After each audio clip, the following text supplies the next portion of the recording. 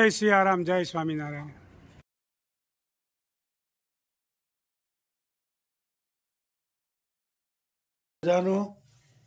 આ બધું મિક્સ કરવાનું. બરોબર છે. ડોડા ને પાલક થોડોક છે ઓલા ઢોકળામાં નાખવાનો છે. મિક્સ કરીને પછી મૂકવાના. સરસ મજાનો તૈયાર થઈ રહ્યું છે અત્યારે. આ મકાઈ નાખીને બહુ મસ્ત લાગે. ઢોકળા પલાળવાના છે. હા હા, એ ઓલા આ તો વિલાયતી. વિલાયતી. હા, પીળા કલરના ઢોકળા ઓલા દેશી હતા. વિલાયતી. અને મકાઈ ભેળવવાની છે ને પાછી. મકાઈ લીધી છે. મકાઈ બહુ સ્વાદિષ્ટ લાગે અને મકાઈના તો એટલા બધા સ્વાદ આવે એની કોઈ જવા દો વાત. વિડીયો જોવા વાળાને એમ થાય કે આ ઢોકળામાં તડી પાક દઈશ, પણ અમારા કામ જ આ છે બધું. બની રહી છે આજે દેશી નહીં, આજે વિલાયતી ઢોકળા કહેવાય. હળદર, ખમણ, નિમક અને એમાં મેથી નાખવાની થોડી. મેથીના પાન પણ નાખી શકાય. એમાં 3 ચાલિયા ચોખા ને 1 ચાલિયો ચણાની દાળ એ રીતે દળવાનું. અને પલાળીને કરવા હોય ને તો એ રીતે પલાળવાનું. બરોબર. તો દળીને જ બનાવી છે. બહેનો ખાસ રેસીપી જોઈજો. આ બધું અમે આ રીતનું બનાવીએ છીએ. કઈ કઈ રીતનું ભેળવ્યું છે આમાં, પણ એટલો બધો સ્વાદ આવે એની વાત જવા દો. આમ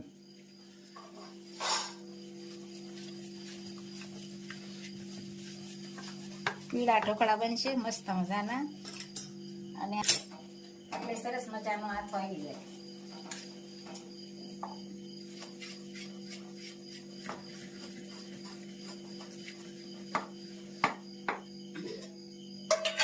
આમાં પાણી, ગરમ પાણી અને છાશ નાખવાની. ખૂબ સરસ મજાના ઢોકળા બની રહ્યા છે ભાઈ. ભોજન ઢોકળા ભાવતા હોય કેમ કરશો. હમણાં તે અમારે ઢોકળા ઉપર જ હાલે છે. 4-5 ઢોકળા સાંભળી જાય. નહીં, મસ્ત બને છે, એટલે સ્વાદિષ્ટ બને છે, ખાવાની મજા આવે. રાબડું તૈયાર અને ઢાંકી દેવાનું.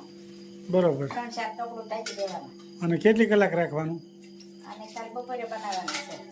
ભાઈ કાલ બપોરે ઠેઠ ખમણ થવાના હોય, એ અત્યારે પલાળવું પડે, એનો હાથ આવી જાય ને તો. હા, તો અને તો સ્વાદ આવે, તરત ને તરત સ્વાદ ન આવે.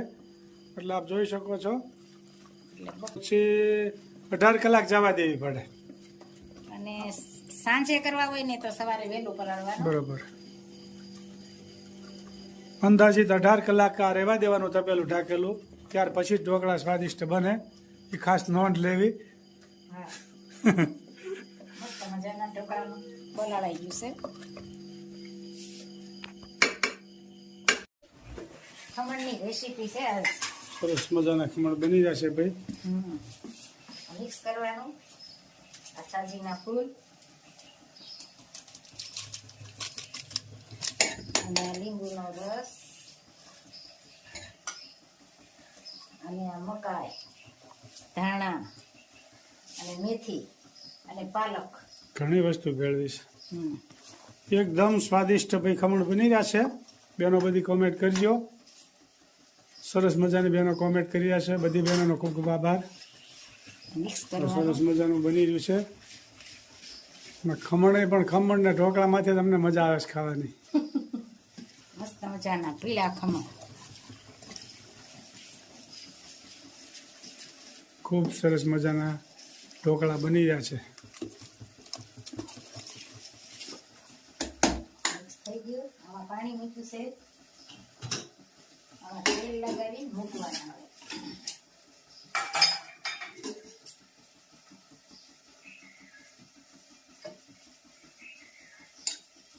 સરસ મજાના ખમણ બનશે. ભાવતા હોય તો કોમેન્ટ કરજો.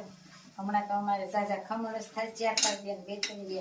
હા, આવું બધું લીલોતરી હોય એટલે સારા લાગે.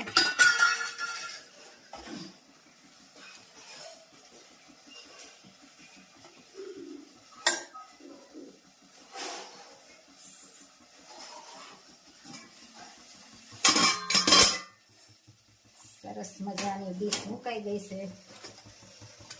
અને તીખા ખાવા હોય ને તો ઉપર જરા જરા ચટણી પણ નાખવાની.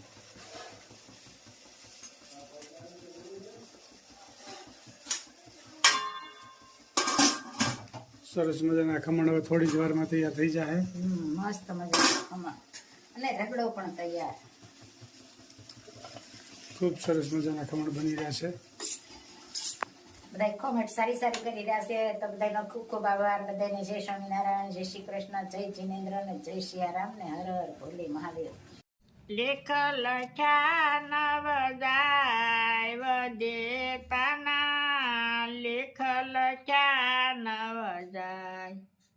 રાજા દશરથ ને ચાર દીકરા, રામ તે વનમાં કેમ જાય વદેતાના, લેખ લખ્યા નવ જાય.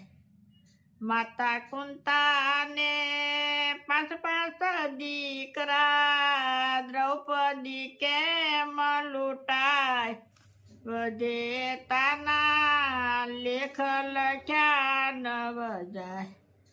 રાજા હરિશ્ચંદ્ર ને તારામતી રાણી, બજારમાં કેમ વેચાય વદેતાના, લેખ લખ્યા નવ જાય. આંધળામાં બાપની સેવા રે કરતા, શ્રવણ કેમ વિંધાય વદેતાના, લેખ લખ્યા નવ જાય. મૂર્છદ રાજા હતા સતવાદી, કરવતે કેમ વેરાય વદેતાના, લેખ લખ્યા નવ જાય. નળ રાજાને દમયંતી રાણી, દમયંતી વિયોગ કેમ થાય વદેતાના, લેખ લખ્યા નવ જાય. જલારામ બાપાને વીરબાઈ માતા, સાધુ બેડા કેમ જાય વદેતાના, લેખ લખ્યા નવ જાય. નરસિંહ મહેતાના સ્વામી સમળ્યા, જેલમાં કેમ પુરાય વદેતાના, લેખ લખ્યા નવ જાય. જય સ્વામી. ખૂબ સરસ મજાનું કીર્તન ગાયું કે વિધાતાના જે લેખ લખ્યા હોય ને એ જાય નહીં ક્યાંય. એ વિધાતાના લેખ લખ્યા હોય એમ જ થાય, પછી ભલે ખુદા ભગવાન કેમ નથી. એક એક કડી જીવનમાં ઉતારવા જેવી છે. ખૂબ સરસ મજાનું કીર્તન ગાયું મારા ભાઈએ. જય સ્વામિનારાયણ. જય સ્વામિનારાયણ. જય સ્વામી મિત્રો, ખૂબ લાઈક કરી રહ્યા છો, ખૂબ શેર કરી રહ્યા છો, ખૂબ સબસ્ક્રાઇબ કરી રહ્યા છો. આપનો ખૂબ ખૂબ આભાર. તમામ વિડીયો જોતા એને બધાને જાજાથી જય સ્વામિનારાયણ. હે કાઠિયાવાડમાં કોક દીક ભૂલો એ પડ્યો ભગવાન, હે એવા કરું તારા સન્માન, તને સ્વર્ગે ભૂલાવી દઉં શામળા. આ તો કાઠિયાવાડ કહેવાય બાપા. સંત સુરાની ધરતી. ગામડે ગામડે સંતો થઈ ગયા. આમ જાવ તો સતાધારમાં ગીગડા પીર થઈ ગયા, આમ બગદાણામાં જાવ તો બજરંગદાસ બાપા થઈ ગયા, આમ વીરપુર જાવ તો જલારામ બાપા થઈ ગયા, ચલાળામાં દાન મહારાજ થઈ ગયા, પછી આયા આપણે ગંગા સતી પાનભાઈ સમઢિયાળા. સંત સુરાની ધરતી કહેવાય. આ તો કરમની કઠણા એવી છે, ગામડા ખાલી થવા મળ્યા છે. આ ખેતી કોઈને કરવી નથી, અને ખેતીમાં કદાચ રહી તો છોકરાના સંબંધ થતા નથી. આવો પ્રશ્ન આવ્યો છે. આ ઘેરે ઘેરે બહુ તકલીફ ઊભી થઈ છે. એટલે નકર આ સૌરાષ્ટ્રમાં રહેવા જેવું તો ક્યાંય સુખ નથી. જય સ્વામિનારાયણ. હવે આવી ગયા છે 60 વર્ષ પહેલાના બાળકો. અરુણ બાપા હો. જયારે ભણવા હતા ને નિશાળે બહુ ગરદી હતી, એટલે પછી ભણવાનું જ બંધ કરી દીધું હતું. પણ પછી એમ કીધું હિસકાણું નથી પૂરેપૂરું, અત્યારે હવે લાભ લઈ. અત્યારે લાભ લઈ લેવાનો. બધા જો ફૂલ મોજમાં હિસકે છે. 30 વર્ષ પહેલાના બાળકો હિસકી રહ્યા છે. ત્યારે નિશાળમાં બહુ ગરદી હતી, એટલે નિશાળમાં બહુ કઈ નહોતા ખાસ ભણવા ગયા. પણ એ કે બહુ હિસકવાની બહુ નાનપણમાં બહુ નહોતી મજા આવી ને કે ભણતર ઓછું હતું એટલે અત્યારે એ હિસકાનો લાભ લે છે 30 વર્ષ પહેલાના બાળકો હા જુઓ મોજ કરે છે અત્યારે બેઠકમાં એકલા બેઠા છે